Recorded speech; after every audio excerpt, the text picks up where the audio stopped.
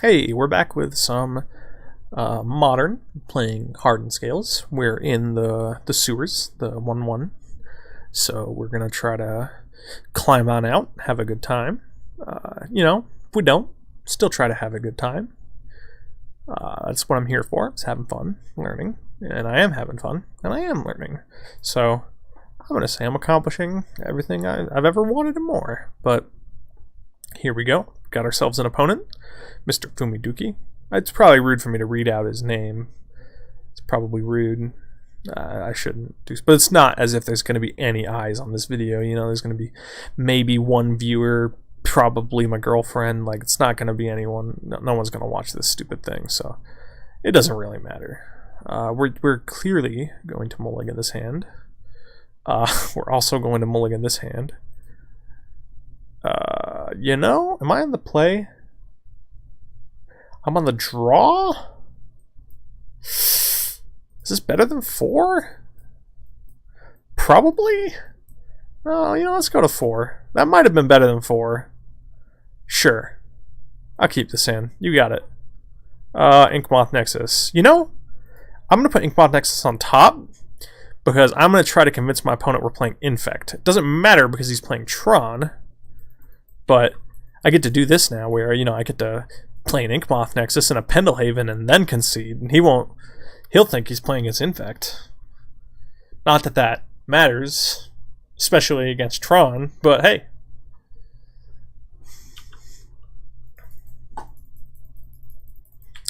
So the question is, do I think I can win this game if I just play a Hangerback Walker here? Ooh, Steel Overseer? Ugh. So now I have to decide, is the small percent chance that I win this game better than convincing my opponent I'm playing Infect combo?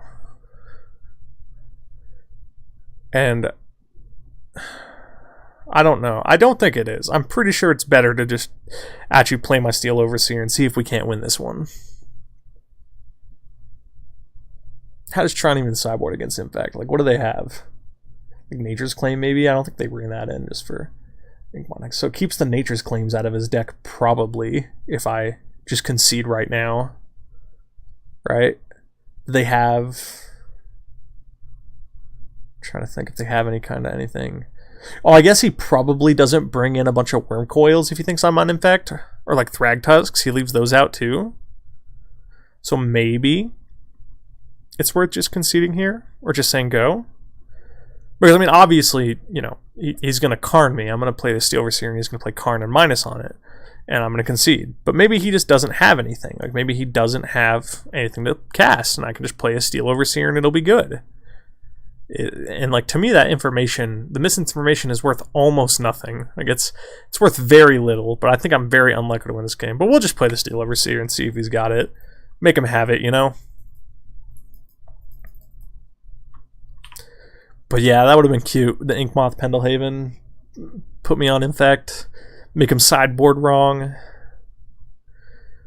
But I think that's just like there's like at least a 4% chance that he has nothing to do here. He just, plays a God, I can't even know what he would plays like 3 expedition maps or something and then does nothing. Yeah, there's a Karn. Okay. That's enough. What do I have to draw? Okay. Yeah, I'm not gonna bother. We're dead. And maybe he still thinks I'm an Infect or something. Maybe he doesn't know what's going on here. So against Tron, well, this guy had 4 Damping Spheres in his sideboard, so I'm gonna assume those are good. Do I bring in Nature's Claim against Tron? I don't know. I always bring in Stony Silence against Tron, but that's a hell of a lot better against him than Nature's Claim. Maybe I do, just for like Worm Coils. Well, no, I'm bringing in 4 Damping Spheres, and I don't want to sideboard too much, I think I don't want these welding jars. Can you regenerate through Oblivion Stone? I think you can, but I don't think that's really a thing that I'm worried about. Welding jar. That's not what I want to look up. I want to look up Oblivion Stone. Now you guys get to see how embarrassing it is. I don't have any Oblivion Stones. Oh, I have 4. Never mind. Okay, so yeah, you can regenerate Oblivion Stone. I don't think that makes Welding Jar better. Oh, I guess it protects from... Does it protect the actual Hardened Scales? No. It protects the Steel Overseers still, though. We'll cut 2 Welding Jars. And we'll cut... I think I like Evolutionary Leap here. I don't think I like both. I don't like this card. I don't like Dismember, of course. I don't like the Graveyard Removal, of course. I'm not sure if Animation Module is good enough. I think Animation Module and Throne of Geth are like the weakest 2 cards in the deck. I don't know. I think they're both worse than Evolutionary Leap. It's just obviously the second Evolutionary Leap does nothing, so you only play 1. So I think these are like the 2. I'll go what I did last time. I'll cut 1 and 1 because I'm not sure which one I should cut 2 of. And maybe I shouldn't even play this one Welding Jar. But I feel like he's bringing in Nature's Claims, and I really want my Steel Overseers alive, you know. But maybe Hardened Scales has a bigger target on its back than whatever anyway. So I don't think this hand is good enough against him. It doesn't really do anything to him. It just like puts some guys into play. So I'm going to mulligan. This hand, however, is very decent.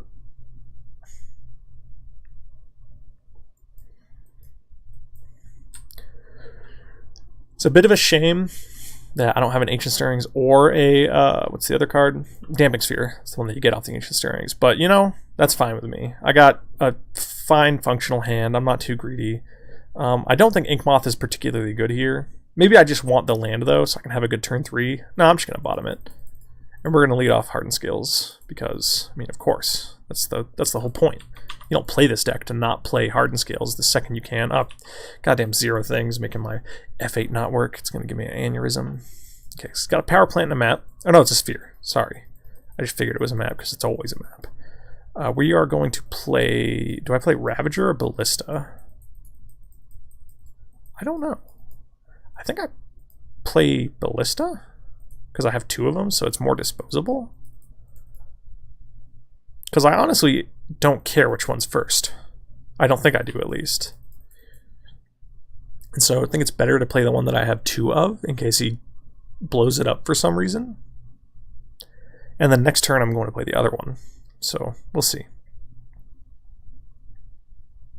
Okay, so he goes Sphere, Mine, Stirring. So he's got the turn 3 Tron, as the deck is wont to do. I mean, if your hand doesn't have turn 3 Tron and you're not a mulligan to 4, then you, like, did something wrong. You know, you should almost always mulligan a hand that doesn't play Tron on turn 3. I mean, maybe you keep, like, a 1-lander with 2 maps on a mulligan to 6. But, you know, if your hand doesn't have the potential to play Tron on turn 3, you shouldn't be keeping that hand. So when people are like, oh, he has turn 3 Tron, of course, you know, I mean, yeah, of course he does. That's the whole point. You know, that's just me whining about nothing, though. I can't kill him, right? Yeah, I didn't think I could. That'd be pretty bonkers if I could kill him here, but that's not the world we live in. I can deal, like, 10? 1, 2, 3, 4, 5... Yeah. 6. I could deal 16. So no, cannot kill him. I think I could deal 16. I sacrifice this. Oh no, it's more than that. Maybe I could have killed him. Holy shit. I should have counted. So, I'll have 2 here to save ourselves all time, but I think I may have been able to kill... So this has 2 counters on it. If I sacrifice this, this goes to 4 counters. Then Modular puts this to 7 counters, and then I sacrifice this, and then the 7 counters go on to here, and it goes to 8. So I actually had lethal. I just missed lethal. I could have 20'd him on turn 3. I didn't actually think I could, so I didn't bother counting. Oops. Well, that's what we're here for, is to learn. Now I know that this is a turn 3 kill. Oh, and I have a Darksteel Citadel too. He was just a million times dead. Oops. Okay, well I can't kill him now, right? I can't deal 18. I can do 1, 2. So I can deal 2 plus whatever that was. Yeah. So this is fine. I'm going to shoot him. Okay, well now I got to make sure that I can kill him off this. So if I shoot him for 1, and then, no, there's no way that kills him. Alright, so what we're going to do here... Oh no, I have another Walking Ballista. He's probably dead. We're going to shoot him for 1, and then we're going to sacrifice the Walking Ballista to the Arcbound Ravager, and we're going to sit here in the and be ashamed in our corner that we missed lethal. Jeez. I didn't actually think I could... I should have counted. I should have just counted, like, the hard way, enunciated it, and counted it piece by piece like I did at the end and got it. And I didn't even... The Darksteel Citadel puts it a million miles over. Okay, well now I'm like pretty sure he's super duper dead. Like this is like 100,000. So we're gonna sacrifice this. Sacrifice this. Sacrifice this. Yeah, that does more damage. Modular onto here. Yes. Attack, not Karn. Attack you. Although I could attack Karn and then shoot him for 17. That's kind of neat. Like, holy hell, he was really dead. It's just a shame that I missed. I could have done it a turn earlier. That's makes me feel very foolish. Yes, sacrifice Arcbound Ravager to his own ability. Put the counters on here. Yes. Shoot you. Man, holy crap. So apparently... Hardened scales, walking ballista. Like that's insane how much damage that does. Holy hell. Okay, maybe the Throne of Geth is way better than the animation module because I'm trying to be fast, and this card's actually pretty quick, whereas this card's not pretty quick. Jeez, I wonder if he knew. I wonder if he knew. He probably did because he probably wasn't awful and saw that I just very clearly had a freaking. What have you, a Darksteel Citadel in play, and so he didn't even have to count the hard way. He could just be like 1, 2, 3, 4, 5, 6, 7, 8, 9, 10. Yeah, that's it. He didn't have to count all the extra counters from the multiple modular triggers and that stuff.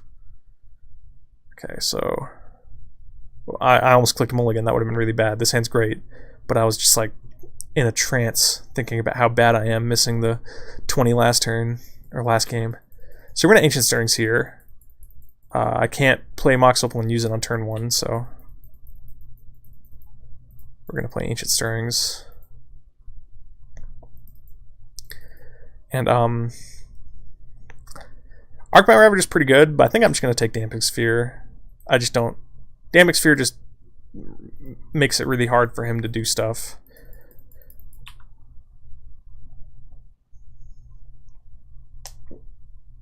Makes his game plan much worse. And this turn I'm just gonna play Damping Sphere. I don't want to deal with him carning me right now.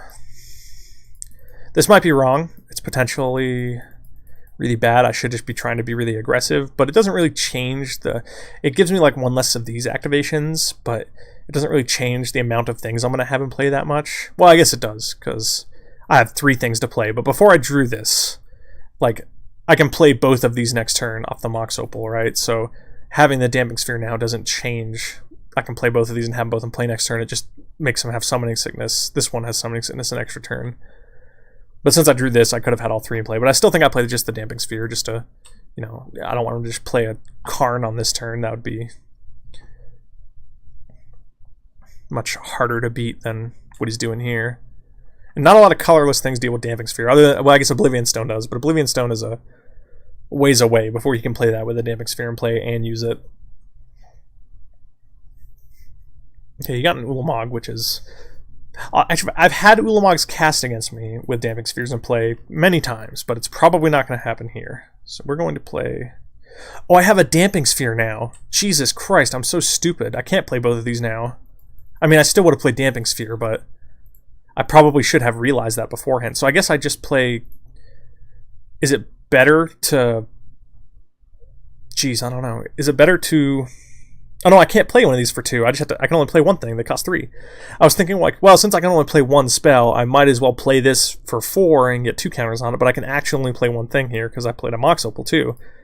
Wow, I got really punished for not playing this Mox Opal way back in the day. And the funny thing is I thought about it. I was like, maybe I should play my Mox Opal to play around Thoughtseize or something. And then I was like, nah, maybe he'll just blow it up if I do that. But it turns out I'm actually just a giant idiot.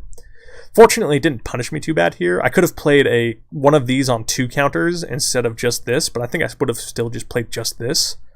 So it wound up not mattering here, but that's still very loose. Should not be doing that kind of stuff. It's really stupid. Fortunately, this isn't real life where I can't people don't think I'm just cheating because I don't remember what Damping Sphere does. Just, you know, it's on Moto. It's like on Moto I cast spells into my own chalice all the time and crap like that because I'm awful. Whereas if I did that in real life, people are like, whoa, you're a cheater. But on Moto it's just like, this guy's a doofus.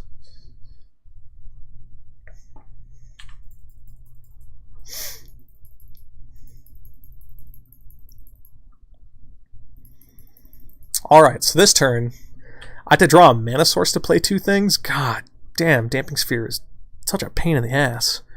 Okay, so yeah, this is a hard. I'm probably just going to play a Walking Ballista on 2.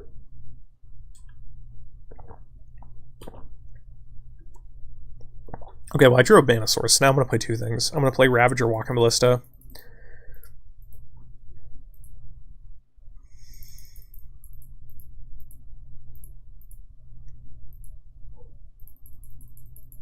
I'm going to put counters on stuff. Okay. This time I'm like pretty sure I can't get 20 counters on my Walking Ballista. In fact, I'm so certain that I'm not even going to count this time. I'm just going to assume.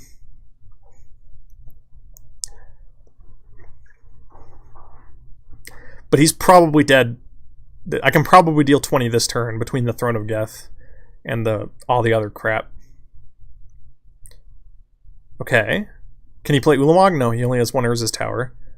So... Oh, he can't even play Ulamog even if he did have an Urza's Tower because it would cost 11. Oh no, it wouldn't. He's blowing up the Damping Sphere. It would cost 10. So he's 9 mana. Karn is decent. It's not that good.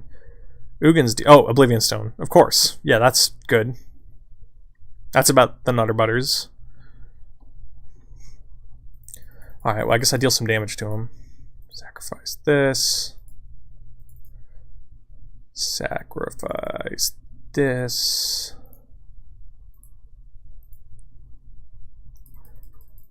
Sacrifice this guy too. Yes. Yes. I shoot him for 6, and I'm just all kinds of dead now. So we're gonna go shoot you. I'm gonna hold control and just put these all on the stack at once. Save me a second or two. Boop. Boop. Shoot him some more. Make sure not to shoot my own Walking Ballista. Alright. Well, we're dead. We're just dead now. We can't win. I'm gonna play a Hangerback Walker and a Throne of Geth, and he's going to play an Ulamog, and I'm going to sacrifice my Hangerback Walker to make a 1/1 flyer, so that's pretty good. Jeez, what a beating. Could I have done anything? I could have left more Welding Jars in my deck. Maybe I should have. I didn't account when I was sideboarding for the, you know, you got to play your Damping Sphere and then protect it from Nature's Claim with Welding Jar, right? Like I didn't think of that. I thought about Nature's Claim because I was talking about it when I took out my Welding Jars. I was like, I don't think it's that good. So, but I didn't think, oh, well, I'm bringing in these Damping Spheres that have a giant target on their head. Because my rationale was, well, you know, Hardened Scales is the card he wants to blow up with his Nature's Claim. So if I just, like, Welding Jar doesn't even protect that, and that's going to be the best thing in play ever. But I wasn't thinking about the Damping Spheres being the best thing in play, which obviously they are. They would be. So I almost certainly should have left in all my Welding Jars. That was very foolish of me. So that's something I learned. Already learned stuff, so that's good value. Now learning's almost free. It only cost me like $12 and some of my dignity, so there we go. It's gonna cost a whole lot more dignity in dollars. Alright, buddy. I don't know why I'm still here. I'm just like waiting for him to cast his Ulamog so I can put a... Wait, why'd he crack this? Oh no, never mind, I didn't count. I thought he played the Sphere and cracked it. No, he did play the Sphere and crack it. I must have thought he had 1 less mana. Okay, well, interesting. He left me with the Throne of Geth. I personally would have exiled it rather than the one thing. But hey, well, that's kind of cute with Inkmoth Nexus. I can proliferate the poison counters. That's a throwback. All right, we're gonna attack him for 2 here. Get him. Boom.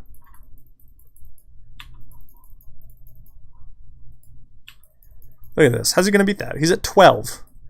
You saw I had a 17-17 walking ballista last game. It's definitely what's going to happen. I'm really just wasting my own time here. I'm kind of wasting his time too. But it's so fun attacking with Ulamog. Did you see like this help that he just did? Look at this. Took a giant bite out of crime. It's incredible. Alright. I don't have outs. I'm pretty sure. If I have outs, this deck is way more broken than I thought it was. Alright. There's a worm coil. Nice. Cool. I'm going to attack him down to 10 though. I'm going to get halfway there, you know. We were halfway to winning. In fact, we have a higher life total, so if we were on the Pro Tour coverage, the advantage bar would be pointing way over in our direction. Oh man, that's just BM. Now he's going to exile my permanents. That's not very nice. Alright. Oh, he's exiling my forest? Yeah, that's fine. That's the worst of all my permanents, and this one wasn't even in play, so... Alright, let's just play this Damping Sphere. Let's pump this thing. Let's sacrifice this thing. Oh, this is going to be cool. Watch this here. Check this out. I can put a counter on his Karn. Boom. Check it. That's a Karn on 11. You know how fucking hard it is to have a Karn on 11? Well, there we go. Alright. Well, that was a thorough trouncing. Let's go jump back in. Let's see if we can't get the old 1-3 special again. So we'll be back for next round. Hopefully it'll be as fun as this one. Goodbye.